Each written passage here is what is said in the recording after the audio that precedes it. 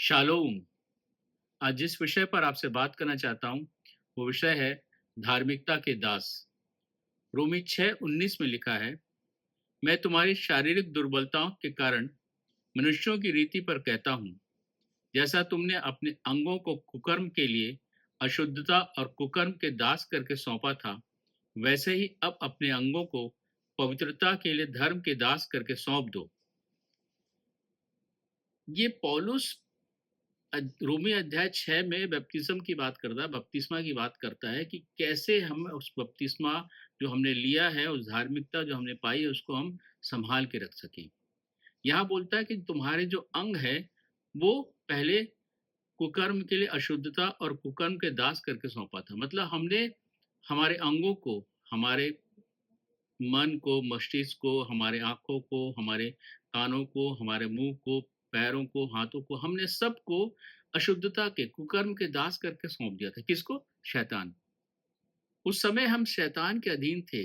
जब हमने बपतिस्मा नहीं लिया था, जब यीशु मसीह को हमने ग्रहण नहीं किया था, जब यीशु मसीह पर विश्वास नहीं किया था, तो हमारे ऊपर राज कौन कर रहा था? हमारे ऊपर शैतान राज कर रहा था। हम शैतान की इच्छा अनुसार चल रहे थे।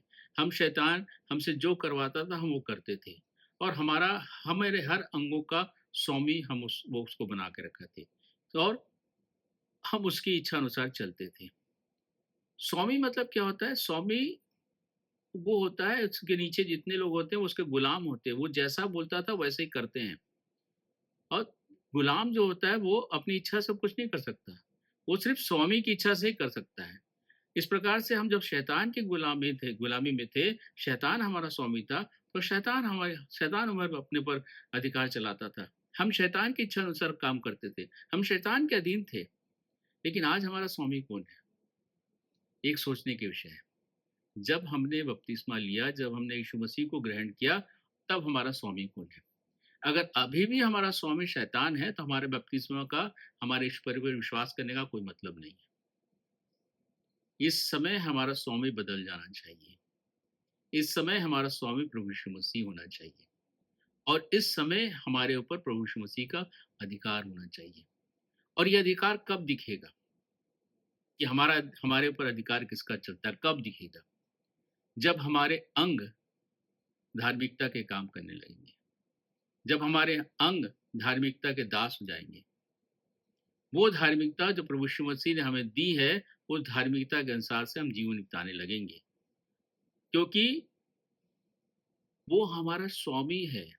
उसकी आज्ञा का पालन का हमारा हमारा कर्तव्य है। उसकी आज्ञा को मानना, उसकी आज्ञा के हिसाब से चलना हमारा कर्तव्य है। जब हमारा मन उसकी बातों पे लगे रहेगा, उसकी बातों को सोचेगा, उसकी बातों को का मनन करेगा, जब हमारी आँख उस आदरणीय बातों को देखेगी, उस महानी बातों को देखेगी, उस अच्छी बातों को देखेगी, तो हमारी आँख हमें शुद्ध करेगी। जब हमारे मुँह से अच्छे वचन निकलेंगे, जब हमारे कान अच्छी बातें सुनेंगी, जब हमारे हाथ अच्छे से काम करेंगे, हमारे पैर उस धार्मिकता के काम को करेंगे, तब हमारा जीवन शुद्ध होगा। तब हम पवित्रता को प्राप्त कर पाएँगे। और ये तभी है ताकि तब जब हमारे हर एक अंग उस आज्ञा का पालन करे, उस पवित्रता के दास बने, उसके दास होकर उसका जैसा स्वामी बोलता है, उस स्वामी की आज्ञा का पालन करते हुए जीवन बिताएं। पहला पतरस 1:15 बोलता है, पर जैसा तुम्हारा बुलाने वाला पवित्र है, वैसा तुम भी अपने सारे चाल चलन में पवित्र बनो। हमारा बुलाने वाला कौन है? परमेश्वर पिता हमको बुलाता है, प्रभु यीशु मसीह हमको बुलाया है।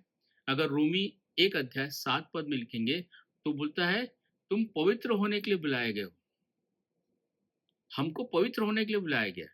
हम प्रभु यीशु मसीह के पास आए, इसका मतलब हम पवित्र होने के लिए बुलाए। हमारे अंदर में जितनी भी गंदगियां हैं, अशुद्धियां हैं, वो दूर होना चाहिए। कब दूर होंगे? जब हम अपने अंगों को धार्मिकता के दास करके परमेश्वर को सौंप देंगे।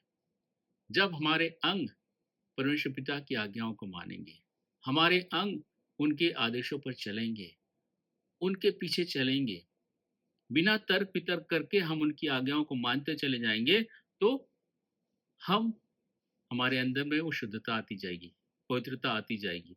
जिसके लिए हम बुलाए गए हैं, जिसके लिए हमको परमेश्वर ने बुलाया है, वो हम कर पाएंगे। और तब जो परमेश्वर ने हमें धार्मिकता दी है, उस धार्मिकता को हम बचा पाएँगे।